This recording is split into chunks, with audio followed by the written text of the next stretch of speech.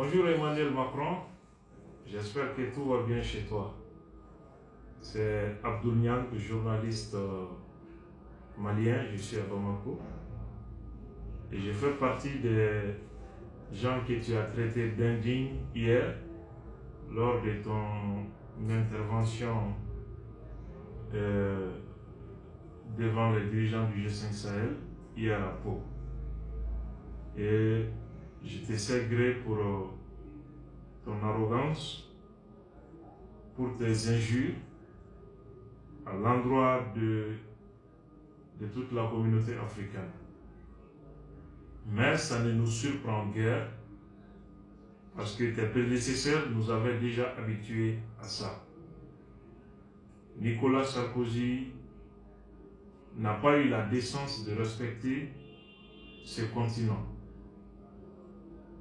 Et quand il nous insultait à Dakar en disant que l'Afrique n'était pas assez entrée dans l'histoire, et bien d'autres de tes prédécesseurs. Je crois que la première qualité humaine, la première respectabilité, c'est le respect qu'on a pour soi-même. La personne qui se respecte, qui est digne, n'insulte pas son prochain, à plus forte raison, toute une communauté et tout un continent. Il faut qu'on vous dise ça. Monsieur Macron, vous dites que vous êtes là, au Sahel, à notre demande. Il n'y a pas de débat, parce que c'est inutile. Vous savez dans quelles conditions et dans quelles circonstances vous êtes intervenu à Kona. Je n'ai pas besoin de faire des détails. Mais quand vous dites que vous êtes là pour deux raisons, lutter contre les groupes terroristes et lutter pour que nos États puissent exercer pleinement leur souveraineté sur nos territoires. Et quand tu nous qualifies d'indignes, ça suppose que toi au moins tu es digne. Et quand on est digne, on ne ment pas. Parmi les deux objectifs opérationnels de Serval, premièrement, c'était de stopper l'avancée des groupes terroristes à Kona pour qu'ils ne progressent vers le sud. Et aujourd'hui, les terroristes ont pris les centres du Mali. Ils ont pris la région de Ségou, une bonne partie. Ils ont chassé l'État d'une bonne partie de Koulikoro, qui est à 60 km de la capitale malienne, Bamako. Monsieur le Président, vous êtes contre les terroristes? Voilà 7 ans que vous avez sanctuarisé Kidal au profit des terroristes, qui déstabilisent le Niger et le Burkina, qui sont nos voisins. Les mêmes terroristes de Ansardine, de Yadagali, vous leur avez attribué un autre nom, Aïssoya, pour obliger l'État du Mali à signer un accord de paix avec eux. Et dans cet accord, l'engagement commun est la lutte contre le terrorisme, avec les mêmes terroristes. Et l'application de cet accord est impossible aujourd'hui. C'est de cela qu'il s'agit, Monsieur le Président. Ensuite, quand vous dites que vous êtes là pour la souveraineté de nos États, 7 ans après votre présence, c'est vous qui empêchez l'État du Mali d'exercer sa souveraineté sur une bonne partie de son territoire, Kidal notamment. Voilà 7 ans. À votre place, je cesserai de parler de dignité.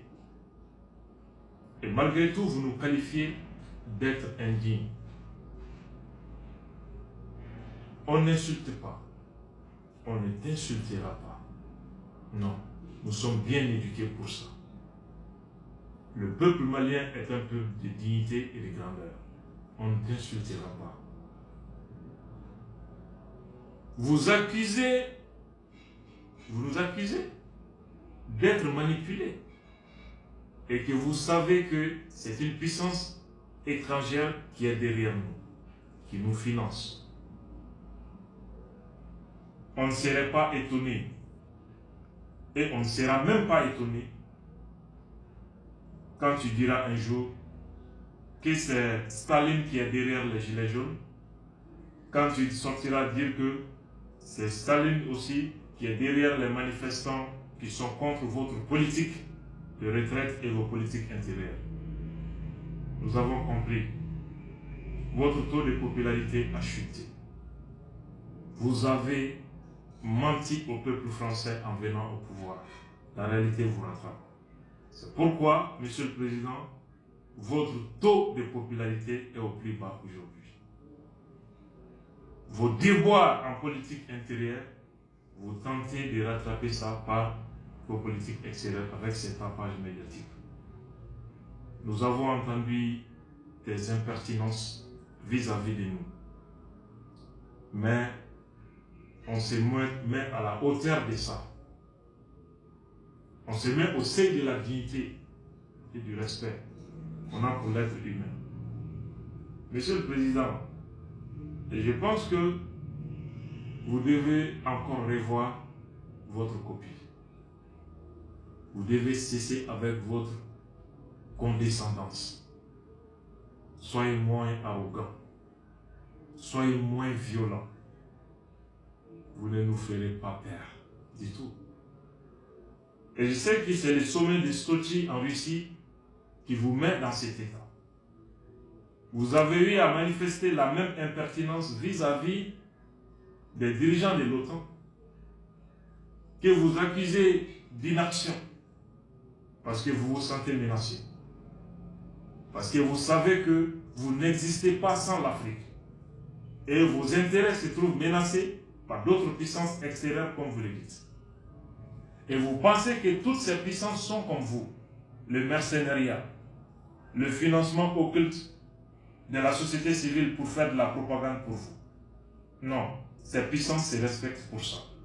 Ces puissances ont montré leurs preuves en Syrie. Et vous avez échoué lamentablement par l'hypocrisie de votre politique vis-à-vis des groupes terroristes. En Centrafrique également, cette puissance a prouvé que vous n'êtes pas sincère dans votre façon de gérer les crises. Et c'est cette sincérité qui fait que le peuple malien, le peuple africain, préfère cette puissance à vous. Parce que après tant d'années de partenariat avec vous, nous nous sommes rendus compte que ce que vous faites, c'est de l'hypocrisie, c'est de la mauvaise foi, c'est de l'arrogance. Nous voulons notre dignité et le respect vis-à-vis de notre indépendance qui nous est chère. Donc, M. Macron, c'était là le message que les indignes du Mali avaient à vous adresser. Et en attendant d'obtenir votre réponse, puisque vous êtes réputé arrogant, criminel même parfois, tous ceux qui vous contredisent, vous cherchez à les éliminer.